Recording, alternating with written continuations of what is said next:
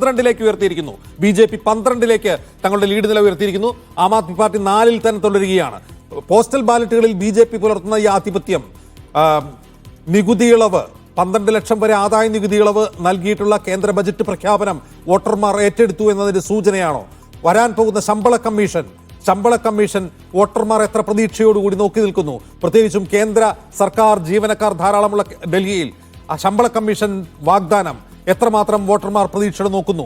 അതുപോലെ മധ്യവർഗത്തെ ലക്ഷ്യം വെച്ചുള്ള ക്ഷേമ പദ്ധതികളുടെ പ്രഖ്യാപനം വോട്ടർമാരെ സ്വാധീനിച്ചോ തുടങ്ങിയ ചോദ്യങ്ങൾക്കുള്ള ഉത്തരമാണ് നാം ഇപ്പോൾ പോസ്റ്റൽ ബാലറ്റിന്റെ ടാലിയിൽ കാണുന്നത്. ബി.ജെ.പി 12 സീറ്റുകളിൽ ലീഡ് ചെയ്യുകയാണ്. ആം ആദ്മി പാർട്ടിക്ക് 4 സീറ്റിൽ മാത്രമേ ലീഡ് നില തുടരാൻ കഴിയുന്നുള്ളൂ. കോൺഗ്രസ് ആകട്ടെ എങ്ങുമില്ലാതെ ഒരല്പസമയത്തേക്ക് ഒരു സീറ്റിൽ, ബാദ്ലി സീറ്റിൽ ലീഡ് നിലനിർത്തിയെങ്കിലും അത് നഷ്ടപ്പെടുത്തിക്കൊണ്ട് 0-ലേക്ക് കോൺഗ്രസ് മടങ്ങിപ്പോയിരിക്കുകയാണ്.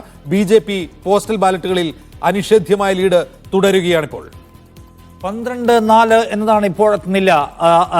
ബി.ജെ.പിയെ സംബന്ധിച്ച് ഏറ്റവും ശുഭകരമായ ആവേശമുണ്ടാക്കുന്ന പ്രതീക്ഷാ നിർഭരമായ തുടക്കമെന്ന് നിശ്ചയമായും പറയാൻ കഴിയും. ഡൽഹിയിൽ 12 സീറ്റിൽ ബി.ജെ.പി ലീഡ് ചെയ്യുമ്പോൾ ആം ആദ്മി പാർട്ടി 4 സീറ്റിൽ മാത്രമാണ് ലീഡ് ചെയ്യുന്നത്. 16 സീറ്റുകളിലെ ഫലസൂചനകൾ മാത്രമാണ് ഇപ്പോൾ പുറത്തു വന്നിട്ടുള്ളത് എന്ന കാര്യം പ്രത്യേകം ഓർക്കണം. 12-4 എന്ന് പറയുമ്പോൾ ബി.ജെ.പിക്ക് ഇരട്ടിയിലധികം സീറ്റുകളിൽ മുന്നേറ്റമുണ്ടാക്കാൻ ആദ്യത്തെ മിനിറ്റുകളിൽ കഴിയുന്നുണ്ട് എന്ന് ബി.ജെ.പിയെ സംബന്ധിച്ച് വലിയ മുഖ്യമന്ത്രി കൽക്കാജി മണ്ഡലത്തിൽ പിന്നിലാണ് എന്നുള്ളതാണ് ഈ ഘട്ടത്തിലെ ഏറ്റവും ശ്രദ്ധേയമായ. മാത്രമല്ല, ഡൽഹി ഉപമുഖ്യമന്ത്രിയായിരുന്ന മനീഷ് സിസോദിയ ഈ മദ്യനയ കേസിൽ അദ്ദേഹം ജയിലിലുമായിരുന്നു. അദ്ദേഹവും പിന്നിലാണ്. കെജ്രിവാൾ ന്യൂഡൽഹി മണ്ഡലത്തിൽ പിന്നിലാണ് എന്നാണ് ഇപ്പോൾ കണ്ട കാഴ്ച. നോക്കൂ, അത് പോസ്റ്റൽ ബാലറ്റിലെ കണക്കുകളാണ്.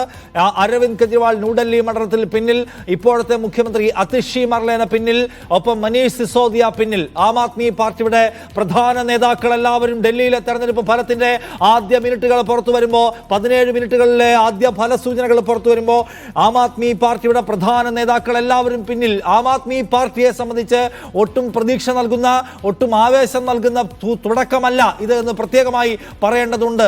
4 സീറ്റിൽ മാത്രമായി കഴിഞ്ഞ 7 മിനിറ്റായി തുടരുന്ന ആം ആദ്മി പാർട്ടി പക്ഷെ 12 സീറ്റിൽ 3 ഇരട്ടിയിലധികം സീറ്റിൽ